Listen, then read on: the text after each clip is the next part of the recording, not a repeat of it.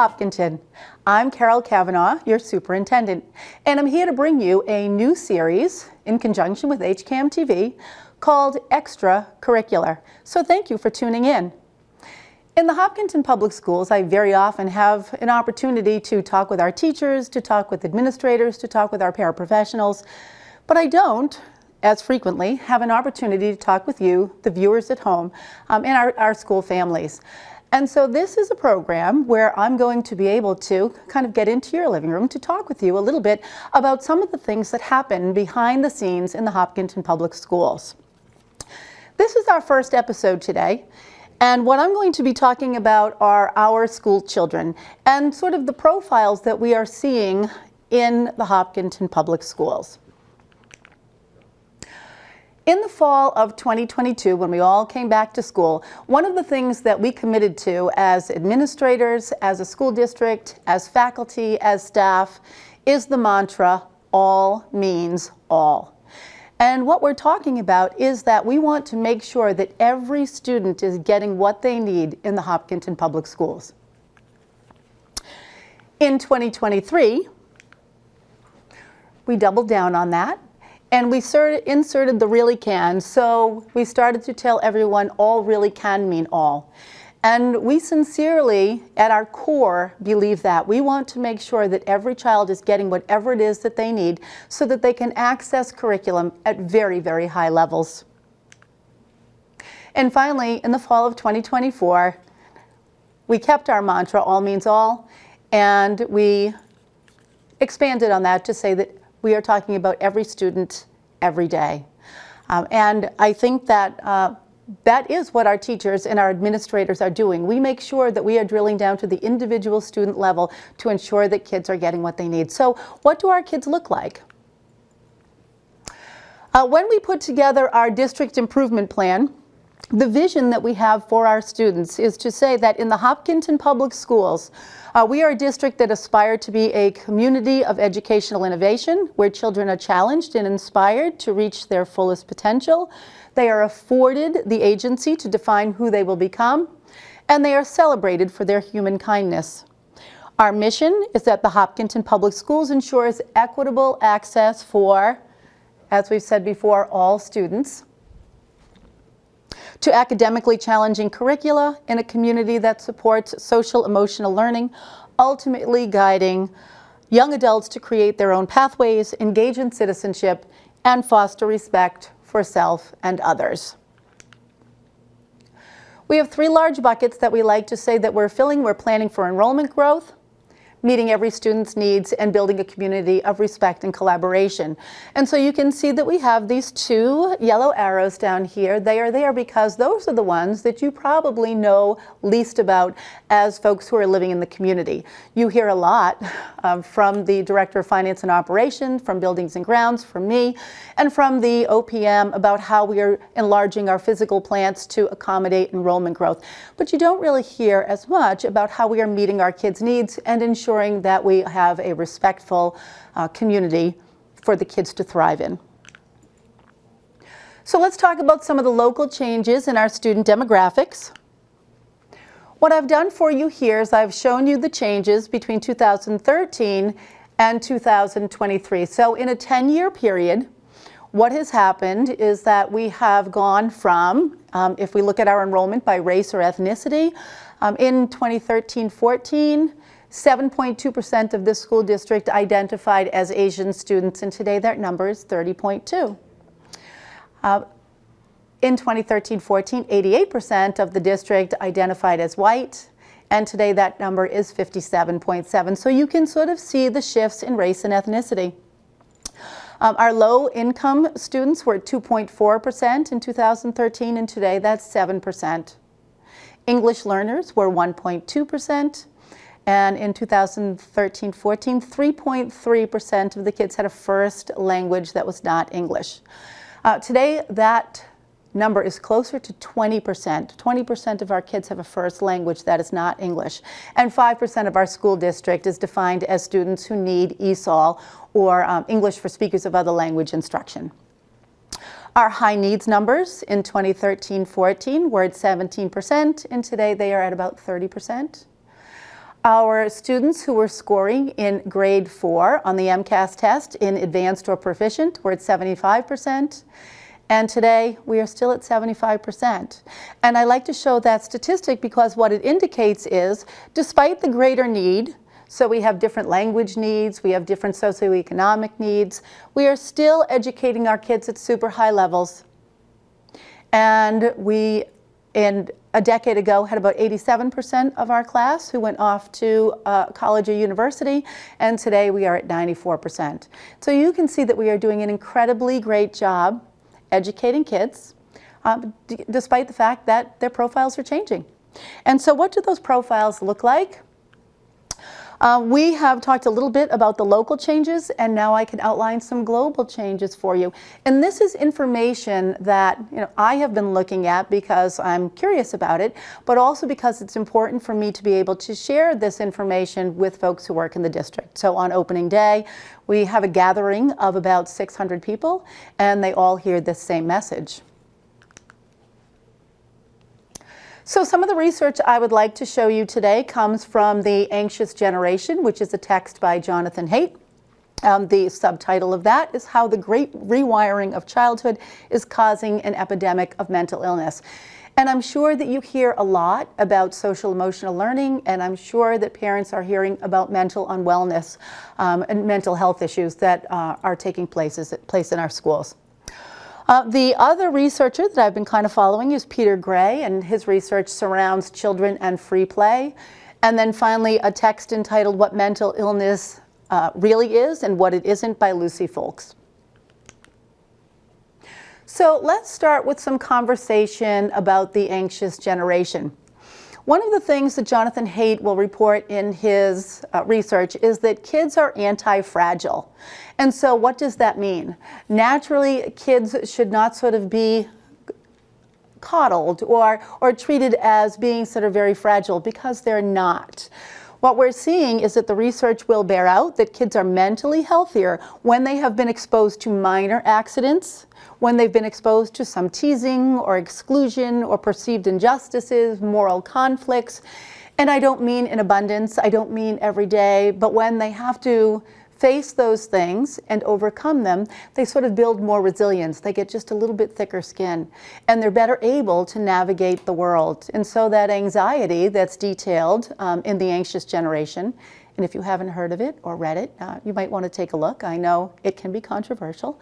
That's the kind of research that's bearing out. And I think that we do see that in our schools. We do see those kinds of numbers playing out, and we do see this kind of research playing out.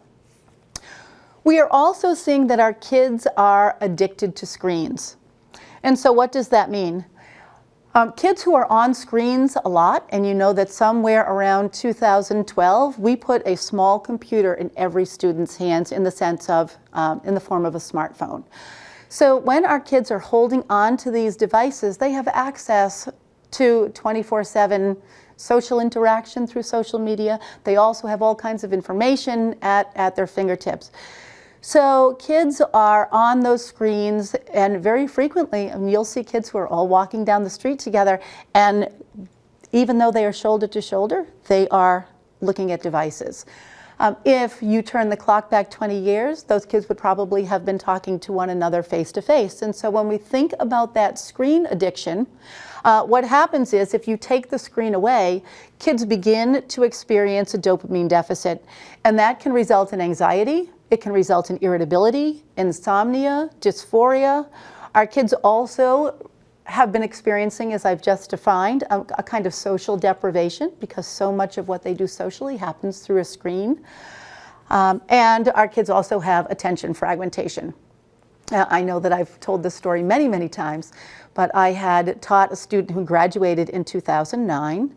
And he had said to me that when he was an undergraduate at a very prestigious college, he was able to study uninterrupted for hours and hours. And then by the time he moved on to medical school, he had difficulty studying because his brain would stop him every once in a while and say, check your phone, check your phone. It's unwitting, but I think that we do it because what's happened is that our brains have been reconditioned to do so. And we see that. We see that with the kids.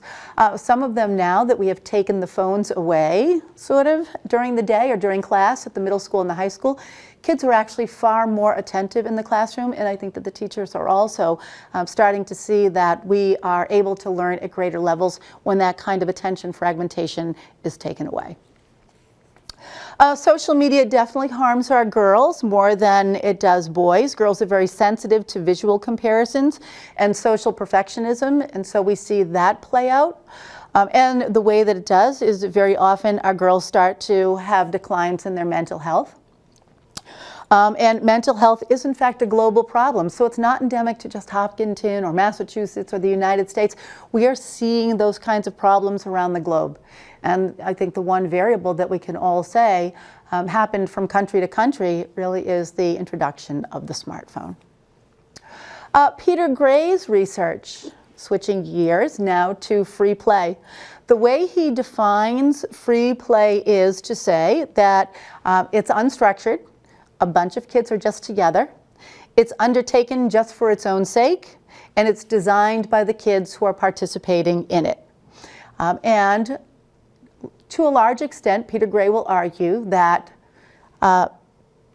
free play has been taken away by fears that he deems irrational. Now, we all want to make sure that our children are safe, but to some degree, we have created so many safe spaces for them that play is often regulated through school or through outside activities. And kids very infrequently now have that opportunity for free play. Peter Gray would argue that human beings evolved as a species in conditions in which children learn through play. They learn how to get along with others, to solve problems, to inhibit their impulses, to regulate their emotions. And so without free play, those things are just a little bit harder to come by. What we also see is that kids who don't have the opportunity to kind of control their own actions, to make and follow through on decisions, creating rules, following the rules, reframing the game, all of those things. Sometimes they grow up and they feel that they aren't in control of their own lives, or they really don't know how to control their own lives. And so when we see that kids need assistance navigating adolescence, sometimes it comes maybe as a result of the lack of free play. At least Peter Gray, who's at Boston College, he would make that argument. And there is interplay, I should say, between these two researchers. One of the things that Peter Gray would criticize Jonathan Haidt for is that Jonathan Haidt didn't put enough in his book, The Anxious Generation, in regard to free play.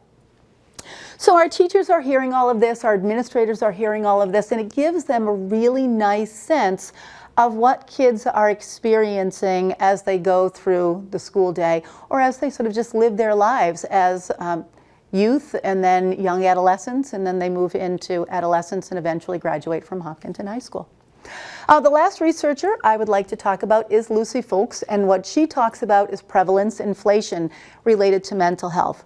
She is a researcher, and she's a researcher at Oxford University, and one of the things that she will talk about is the fact that she herself had mental health issues, and one of the things that she will talk about is that there's so much dialogue now about mental health, and you hear it all the time. You hear kids will say, oh my gosh, I had PTSD about that. Oh, that test was so traumatic. Oh my goodness, I have OCD.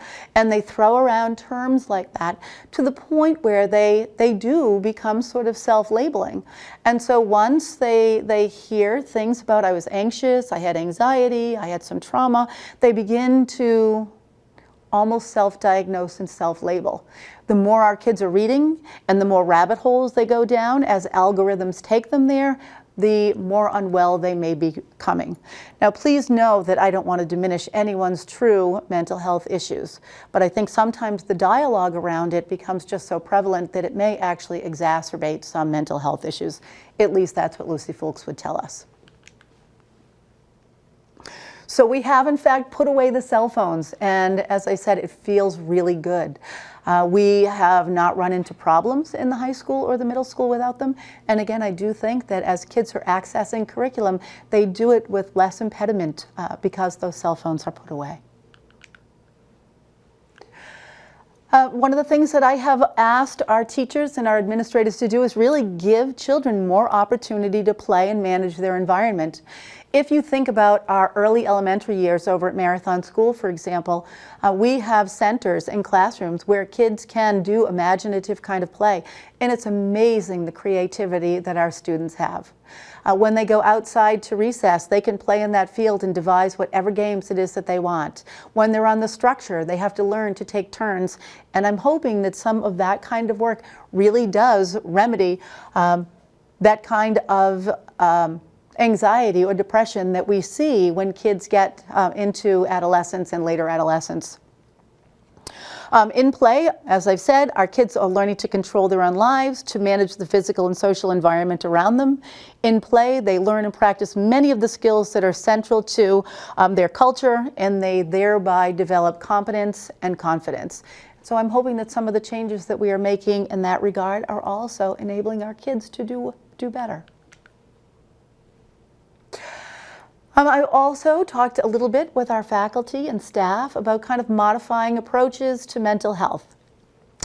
We absolutely positively want to treat mental health with the complexity that it deserves.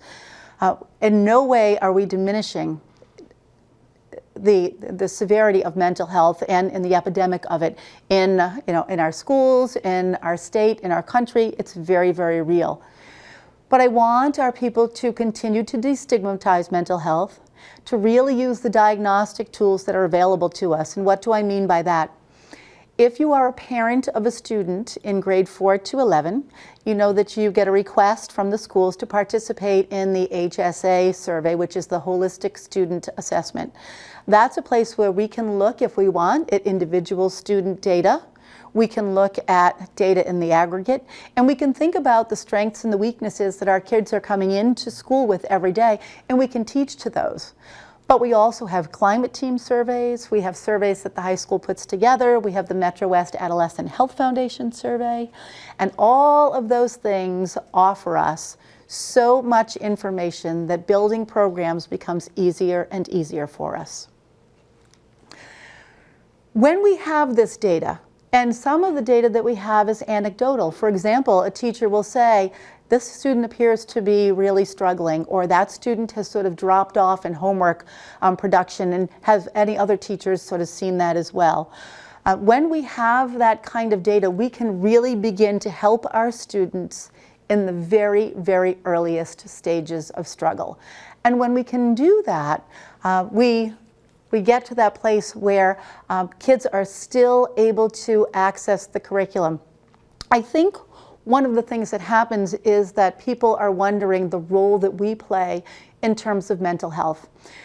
Our mental health services that we give to students are really to allow kids to get into classrooms and to access curriculum. I think if it might be helpful, I can liken it to if a student perhaps had a broken bone and had to be on crutches. When the student comes in, our school nurse works with that student to ensure that that student has a clear pathway from class to class, because that kid will be walking more slowly, and obviously there's a little bit more fragility because you're on the crutches. And we make sure that when they get to class, there's somebody that can carry books or carry materials for them, or get what they need. It's not so different, really, with mental health issues. So we make sure that our counseling isn't the kind of counseling that is, sort of set to cure the person, and I know that I'm using the word cure in a way that is not meant to be used, but rather our kind of counseling is to say that we want to make sure that the obstacles that are impeding a student from learning are removed while that student is with us for a 6.5-hour school day, so that they get into classrooms, they're getting their math, their ELA, their science, their social studies, the curriculum that they need to ensure that they are learning at high levels, and also so that they are learning so that they have the foundation to move from grade level to grade level. And finally, we've talked a lot about using mental health slang. I know it's very popular to do that. It's with us all the time. We're very frequently, as I said, saying things like, oh, that was traumatic, or I'm so depressed. But at what point are we just using those terms as opposed to genuinely feeling that way? And so we're thinking very hard about that because as Lucy Fulks would tell us, that incidence prevalence may be very real. So I do think that our teachers in Hopkinton are facing some challenges that have never been quite so hard to thwart. And I know that there have always been challenges to ensure that students are learning. And again, we say all means all, and we mean that at our core. So when we have cell phones and technology, smartphones, screens that are truly altering the human brain and kids' attentiveness and kids' mental health, those are challenges that it takes a very, very long time to dial back. There is a chapter in The Anxious Generation where they talk about how cigarettes, for example, were something that were not to be greatly feared until we started to realize the negative health impacts that they had. And so in an effort to educate society about the impacts of cigarette smoking, it took probably 10 or 15 years to go through that whole educational process to go through a cessation process for that behavior, namely smoking. I think maybe that's where we are now. We're at the beginning of that instructional place, so that the world is starting to see that the altering of the human brain is not good for our kids. It doesn't mean that we're going to eliminate computers, eliminate cell phones, eliminate social media, but it does mean that we have to look at those things very differently. So what are we going to do about it? All right, this year, in addition to all of that stuff that we already know about kids and their ability to learn, we're really focusing on a multi-tiered system of supports, or what we call MTSS, across the state. And MTSS really just gets us thinking about how we organize all the resources that this community gives to the public schools. And it makes us think about the academic support, the behavioral, social, emotional, and counseling supports that our kids need to make sure that they're learning. So why do we go through that process? We go through that process because when we take a look at some of our data, we say, here's the Hopkinton Public Schools. This is our district's data. And we say, how many of our students, when they take an MCAS test, for example, and an MCAS test is a nice thing to use because it's really our report card. It tells us how we are doing educating your children. So when we take a look at grade 3 English language arts, for example, 77% of our kids are meeting or exceeding the Massachusetts state benchmark. That means we have 23% of our kids who are not. And that's when we say we need to use some of that MTSS leverage to get kids, the other 23%, to a benchmark. And when we say all means all, if we believe that, we have to believe that the other 23% can get there. We have to believe that. We also have to make sure that our kids are feeling safe and that they are feeling that they belong. If you go back to one of those very early slides and we looked at the buckets, we say that we want to create a community of respect and collaboration. We can only do that when these pie charts go to 100%. We asked high school and middle school students if they felt they are a valued member of their classroom and school community. About 30% of kids strongly agreed with that, and 65% agreed with that. So we have a small sliver over here who would disagree or strongly disagree. And who are those students, and how do we help them and fold them in so that they can feel like they're part of our community? We asked our kids if they felt physically and emotionally safe, and again, we were probably somewhere around 93%.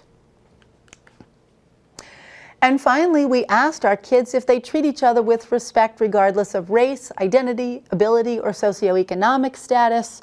And here we're somewhere, again, in that, maybe 80%, a little above 80% kind of a range. So what are our levers? We have professional learning communities where our teachers get together. We have incredible learning data through the STAR record book. We have a learning support team where teachers get together and talk about kids that they're worried about.